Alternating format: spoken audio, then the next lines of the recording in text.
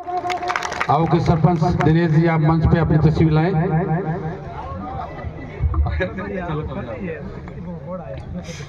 सर्वप्रथम बाबा साहब के चरणों में नमन करते हुए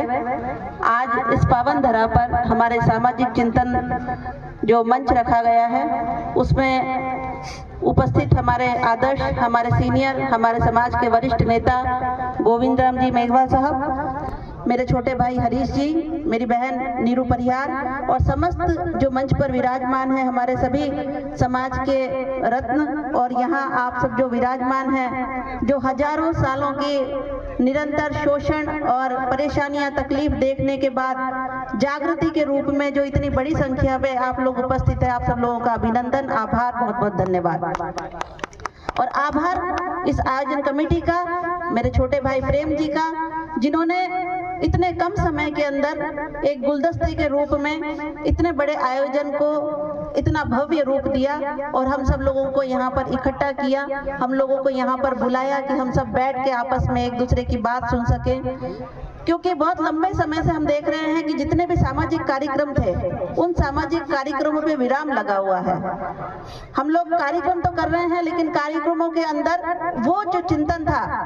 वो जो हम लोगों के सोच विचार का तरीका था, वो कहीं ना कहीं बदल गया है। हम बात करते हैं बार बार शिक्षा की। मुझसे पहले मकवाना साहब ने कहा कि हमें शिक्षा के ऊपर जोर देना चाहिए। मैं धन्यवाद अर्पित करती हूं कि आज यहाँ पर जो भी व्यक्ति बैठा है वो शिक्षा के प्रति जागरूक है, और उसी का नतीजा है कि आज बाबा साहब के सपने को साकार करने में आप और हम, हमारे युवा भाई बड़ी संख्या के अंदर महिला शक्ति को साथ में लेते हुए आगे बढ़ रहे हैं। और निरंतर हम लोग प्रयास कर रहे हैं कि किस तरीके से हजारों साल की जो गुलामी थी, जो तकलीफें थी, जो परेशानी थी, जो शोषण था, जो इस देश के अंदर महिलाओं के ऊपर अत्याचार होता था, जो दलित था, जो पीड़ित था, जो वंचित था, जो शोषित था, चाहे वो आदिवासी था, हर एक व्यक्ति आज जागने की कोशिश कर रहा है। और ये प्रेरणा जो हमें आई है वो डॉक्टर भीमराव अंबेडकर के वजह से आई है। मैं हर मंच से एक आभार व्यक्त करती हूँ उनको कि आज मेरे भाई बैठे हुए हैं, वो चाहे हम कहीं पर भी जाते हैं, चाहे नीरू जी को देख लीजिए, हमारी युवा बहन निर्मला को देख लीजिए, मैं आपके सामने हूँ। ये जो मौका मिला है, ये मौका डॉक्टर भीमराव अंबेडकर जी की वजह से मिला है, वरना हमें ये मंच नहीं मिलता, ये माइक नहीं मिलता, और हमारे जो विचार है, जो हमारी सोच है, वो कितने निम्न स्तर तक की बताई जाती थी, ये तो आप भली भांति परिचित है। देखिए, मैं आप ज्यादा कुछ नहीं कहूंगी क्योंकि साहब को भी समय पर जाना है।